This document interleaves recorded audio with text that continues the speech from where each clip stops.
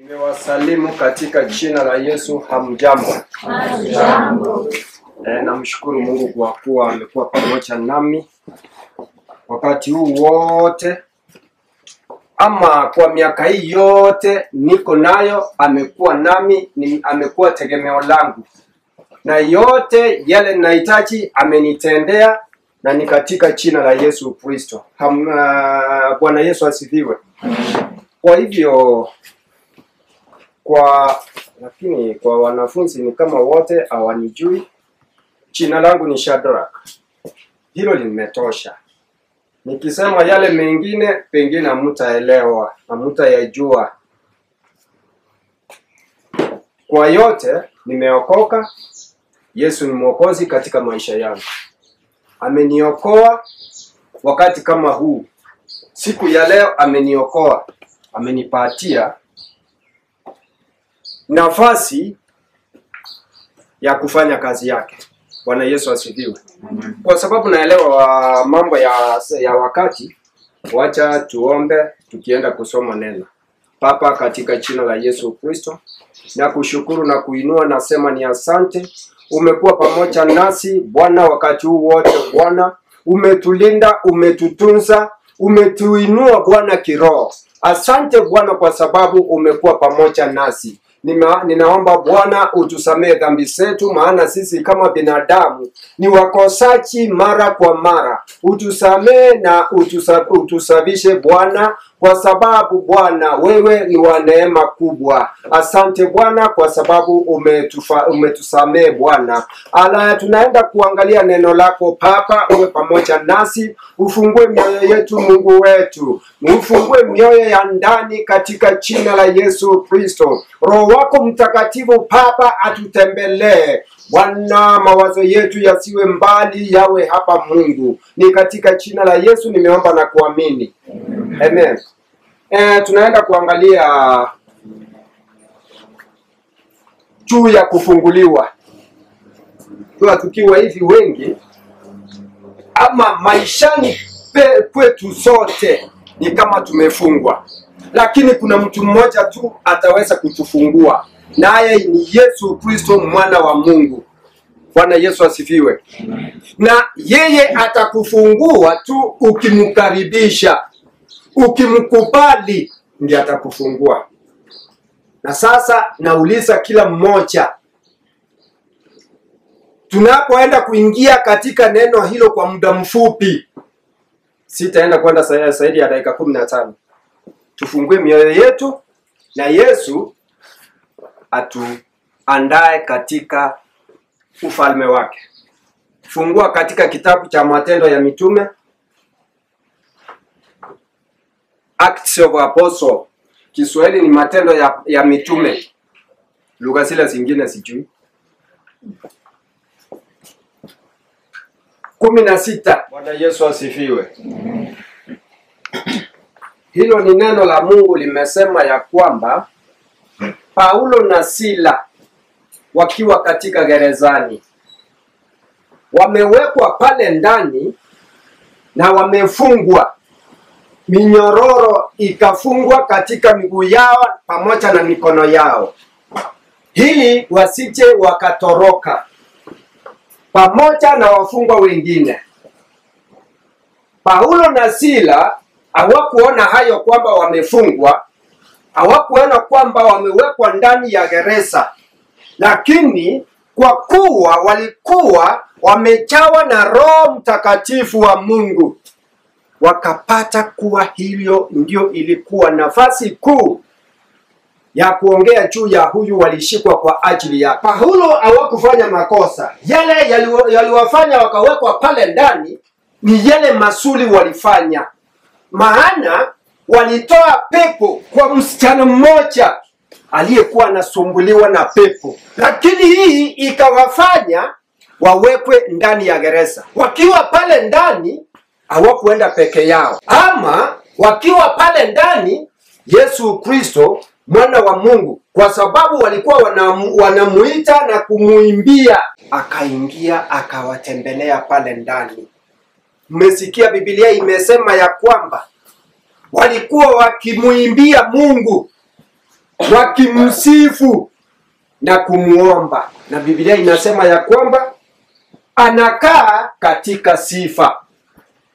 Yaani akisifiwa, hapo ndio anataka. Hapo ndio anapenda. Hakuna mtu asiyependa kusifiwa. Hata wewe kijana, saa hii upate mtu anakusifu, anakuambia mambo mazuri, lazima utafurahi. Hata sasa tuseme practically, upate kama ni kama msichana, anakuambia yako vizuri. Huyu utampenda sana. Lakini sio hayo niko nayo. Ninasema ya kwamba Mungu akashuka pale, Paulo na Sila wakimuimbia, wakimuomba, wakimsifu, wakiwa katika kifungu. Biblia imesema ya kwamba wakiendelea katika hali hiyo, misingi ya gereza ikatikisika. Ilipotikisika, hata milango ikaregea. Iliporegea, ikafunguka. Hiyo haikutosha. Vifungo vya wafungwa wote vikaregea. Hapo ndio kuna yule alikuwa anasimamia gereza. Alikuwa amesimamia hawa wafungwa. Alikuwa amewekwa kuangalia hawa wafungwa. Kuangalia, maana alikuwa kwa usingizi. Biblia inasema kuelekea chini kwamba hiyo kifungu kinafuata. Inasema ya kwamba yule askari alipotoka kwa usingizi, akashtukia akapata milango yote imefunguka. Akaanza kutetemeka akijua ya kwamba wafungwa wote wameenda. Hata akafuruta kisu ajitunge ama ajiue nacho. Lakini Paulo akamwambia, usijiue, maana sote tuko hapa. Bwana Yesu asifiwe. Hakuna jambo la Mungu linatendeka bila sababu. Biblia inasema ya kwamba yule mtu mfungwa pamoja na nyumba yake pamoja na watu wengine waliokoka siku hiyo. Lakini sio hayo. Ninasema nini? Biblia inasema ya kwamba vifungo vikafunguka, wafungwa wakafunguliwa, wote wakawa huru, walipokuwa chini ya kifungu, lakini wakati huo wakawa huru, wakafunguliwa, wakatoka chini ya minyororo ile ya gerezani. Bwana Yesu akawaweka huru. Kwa sababu gani nimesema Bwana Yesu? Yesu ndiye alikuwa anaitwa huko ndani. Roho wa Mungu akaingia pale ndani, akafungua gereza, akaregeza minyororo. Hata saa hii kila wakati bila nimewaambia, sote tumefungwa katika njia mbalimbali. Kila mtu amefungwa kwa njia yake. Katika wakati huu sasa, Bwana Yesu ako hapa kwenye tuko. Ukiitika, ataingia akufungue. Kuna yule hata saa hii vile ako hapa ndani, ako hapa amekuja kusoma, lakini haja kubali kwamba akuwe hapa ndani. Ni kwa sababu amelazimishwa na mtu akuwe hapa ndani. Hicho ni kifungo, maana hutaki ukue kwenye umeambiwa. Hiyo umefungwa chini ya roho ya kutokubali. Ukiitika sahihi, Bwana Yesu ako tayari atakufungua na uitike na yale masuli unatakiwa uyafanye. Bwana Yesu asifiwe. Sio hiyo tu. Kuna pepo nyingi zinatusumbua kama wanadamu. Zile zinatusukuma katika hali mingi ya kuharibu mambo kwa wenzetu. Zile zinatusukuma tutende yale yasiyofurahisha wengine. Zile zinatusukuma tukafanye yale mahofu.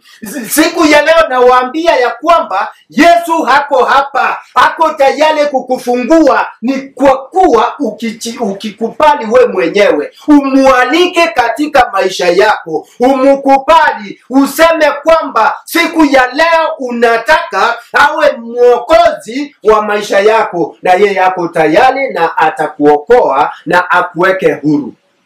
Bwana Yesu asifiwe. Katika maisha hii tuko nayo, kuna ile roho inatusumbua. Maana nikiangalia hapa ni vijana vile tuko hivi, kuna roho ile inatusumbua. Hiyo roho nayo ni ile inatuharibia maisha. Roho ya kupendana kiolela, hiyo roho inatuharibia maisha. Kuna roho hata ukikubali usikubali, kuna roho ya kutumia madawa ya kulevya, na hiyo roho imekuwa kera sana katika vijana. Ilikuwa ni kwa watu wakubwa, siku hizi imerudi kwa watu wadogo. Imekuwa shida sana kwa watu wadogo. Hata sasa vijana ukiambiwa kitu na mtu mzima, unaona kwamba hatoshi kukuambia kitu. Hata akitaka kukuelekeza, huoni kwamba anastahili kukuelekeza. Unaona kwamba umepita kiwango cha kuelekezwa. Lakini wacha nikwambie, hata uwe mkubwa, hata uwe mdogo, kuelekezwa ni lazima, maana tuko chini ya mamlaka na ukiwa chini ya mamlaka lazima ukubali kuelekezwa. Lakini kuna maisha utatamani kuishi, usiyaishi kwa sababu kuna yule amekufunga. Kuna hii hali ile utakubali kuishi, lakini ushindwe kuishi kwa sababu hujakataa shetani mwenye hataki watu waishi vizuri. Ukikubali Yesu Kristo mwana wa Mungu, atakutoa katika vifungo vya shetani. Ukiitikia Yesu Kristo mwana wa Mungu, ukubali, atakufungua katika kifungo hicho. Paulo na Sila wakaimba pale ndani mpaka yule aliyekuwa anasimamia gereza na wengine hawakuwa tayari kuitika. Lakini siku hiyo, kwa sababu Yesu aliwatembelea pale, nguvu za Mungu zilitembea pale, miujiza ikaonekana pale, wote wakaokoka. Ni siku yako uokoke, na wewe ufanye wengine waokoke. Bwana Yesu asifiwe. Kupadi ufunguliwe, uwe huru, Bwana Yesu akufanye jemedari wa maisha yako. Bwana Yesu asifiwe. Shetani asiwe jemedari wa maisha yako. Mungu Baba, Mungu Mwana, Mungu Roho Mtakatifu, katika jina la Yesu Kristo, Bwana, tumekuja mbele zako mchana huu Baba. Tunakushukuru, tunakuinua Bwana. Tunasema ni asante sababu umekuwa pamoja nasi wakati huu wote. Mungu wetu, nimeweka hawa wanafunzi wote katika mikono yako Bwana, na walimu wao Bwana, na wale wanaosimamia Bwana institution hii Baba, nimewaweka katika mikono yako Mungu wangu. Uwaongoze na uwainue Bwana katika hali zao Papa, uzitengeneze katika jina la Yesu Kristo. Hakuna atakayeweza kuwatengeneza Bwana ila ni wewe. Hakuna atakayeweza kuwasaidia ila ni wewe. Maisha yao Bwana yamefungwa Bwana, lakini siku ya leo na kuomba Mungu wangu, uwafungue katika jina la Yesu Kristo. Uwainue Papa, uwainue kiroho Mungu wangu katika jina la Yesu Kristo. Hata wakiwa hapa ndani Mungu wangu, kile wanachokitafuta wakipate na kiwasaidie katika maisha yao. Ni wakati watakuitika Bwana, ndio watapata hicho Bwana. Asante Mungu kwa sababu umetutendea. Asante Bwana kwa sababu umefungua mmoja katika kikundi hiki Bwana. Asante Mungu wangu kwa sababu umefungua njia zake. Asante Mungu katika jina la Yesu Kristo. Viongozi wote nimewaweka katika mikono yako Bwana. Hasa kiongozi anayesimamia institution hii Mungu, na Bwana yule anayefadhili Bwana, Reverend Oponde, nimemweka katika mikono yako na jamii yake Mungu wangu. Usiwawache popote wako, uwainue na uwabariki na uwaendelee kuwapatia hekima na maarifa. Ni katika jina la Yesu nimeomba na kuamini. Amen. You guys are blessed, right? So let's have a seat for a moment. I just have a few things to put across. We have our brothers and sisters from Juakali who have made an effort to join us today. Tumwakaribisha sana na mzidi mkikuja. Mbona venye tunasherehekea kwa neno la Bwana, si ndio? Yeah, so that word that has been shared here today is about being set free. At least that's the message that I got. And there's only one person who can set you free. Sindio? Na mchungaji amesema, let the Lord guide you to become the commander of your what? Of your own life. Sindio? So let us reflect on that word, because the shackles that he was talking about that Paul and Silas had, they were in a physical prison. Okay? But you might think you are not in the same situation as them. That might be false, because you might not be in a physical prison, but maybe you are in a mental prison. Sindio? Maybe you are in a spiritual prison, what he was talking about. And so in all those instances, you need the deliverance of Christ for you to be delivered from that prison, to be set free from that prison. Okay? So let us reflect on that word. Let us reflect on that word, and I wish we could also reflect on Romans chapter 12 verse 1, where Paul talks about the renewal of your mind and you not conforming to the things of this world. Okay? So as I'm saying, there is that idea of being physically imprisoned, but there's also the idea of being mentally in prison.